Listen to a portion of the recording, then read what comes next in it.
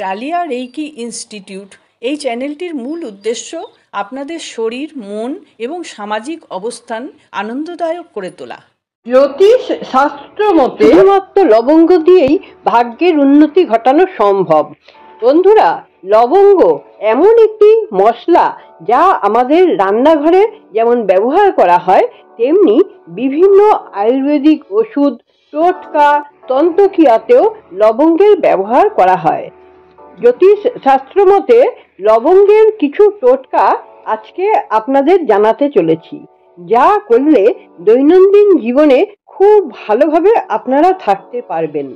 যে কোনো কর্মের বাধা কাটাতে 2টি লবঙ্গ নিন। ফুলওয়ালা লবঙ্গ হওয়া চাই। মঙ্গলবার দিন সর্ষের তেলের মধ্যে এই 2টি লবঙ্গ দিয়ে প্রদীপ জ্বালান হনুমানজির সামনে। আপনি মন্দিরে গিয়েও জ্বালতে পারেন, আবার আপনার যদি বাড়িতে হনুমানজির ছবি বা মূর্তি থাকে সেখানেও আপনি জ্বালতে পারেন। এতে অত্যন্ত শুভ ফল মিলবে। যদি আপনার জন্ম ছকে কোনো বাধা বিপত্তি থাকে বা অশুভ শক্তির কাছে বারবার আপনি হেরে যাচ্ছেন এমন মনে হয়, বা রাহু কেতু আষ্টে পিষ্টে চেপে ধরেছে এমন যদি আপনার মনে হয়, তাহলে শনিবার দিন কিছুটা লবঙ্গ দান করুন। কোনো ব্যক্তিকে আপনি দান করতে পারেন, অথবা যদি কোনো ব্যক্তি না পান তাহলে কোনো মন্দিরে দান করে দিয়ে আসুন। কাউকে কিছু বলার দরকার নেই, আপনি মন্দিরে রেখে আসবেন। এই কাজটি করতে হবে টানা 42 দিন। তারপর থেকে ধীরে ধীরে আপনার অশুভ শক্তির প্রভাব কেটে যাবে। বন্ধুরা, কোনো পরীক্ষা দিতে যাওয়ার আগে মুখে 2টি লবঙ্গ রেখে পরীক্ষায় বসবেন। লবঙ্গ 2টি চিবিয়ে খেয়ে ফেলবেন না, কিন্তু মা গালে রেখে দেবেন। এরপরে অনেকটা পরে, ধরুন পরীক্ষা শেষ হয়ে গেলে অথবা পরীক্ষা চলাকালীনই কিছুক্ষণ পর সেটি আপনি খেয়ে নিতে পারেন, কিন্তু পরীক্ষা দেওয়া শুরু হওয়ার আগে পর্যন্ত কখন আপনি লবঙ্গ 2টি খাবেন না।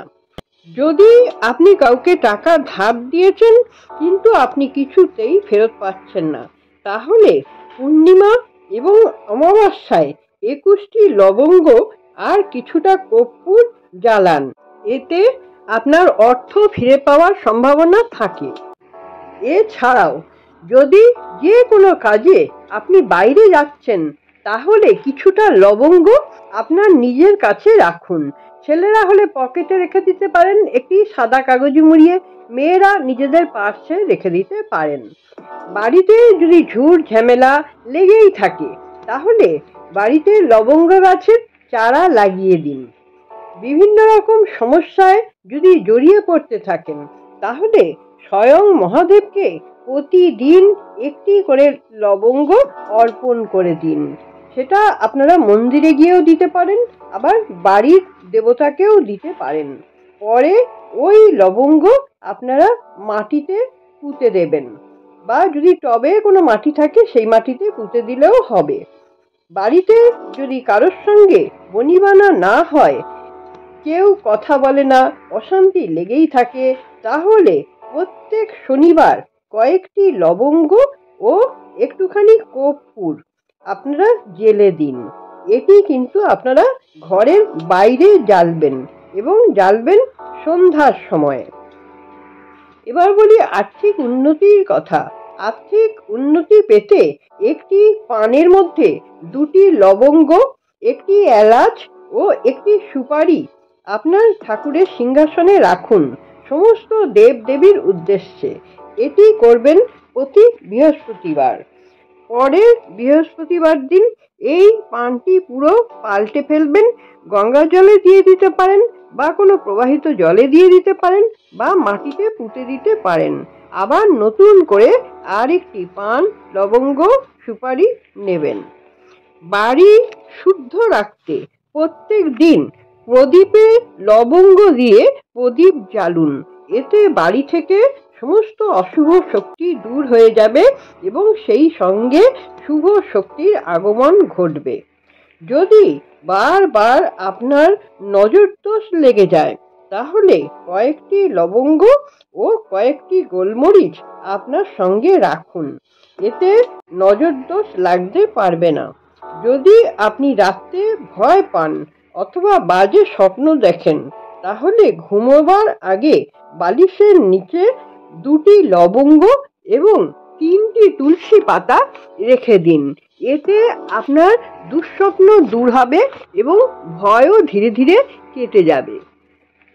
সকালে উঠে এই লবঙ্গ এবং তুলসী পাতা আপনারা কোনো টবের মাটিতে পুঁতে দেবেন। কয়েকদিনের মধ্যেই বুঝতে পারবেন আপনার দুঃস্বপ্ন দূর হয়ে গেছে এবং ভয়ও ধীরে ধীরে কিন্তু কেটে যাচ্ছে।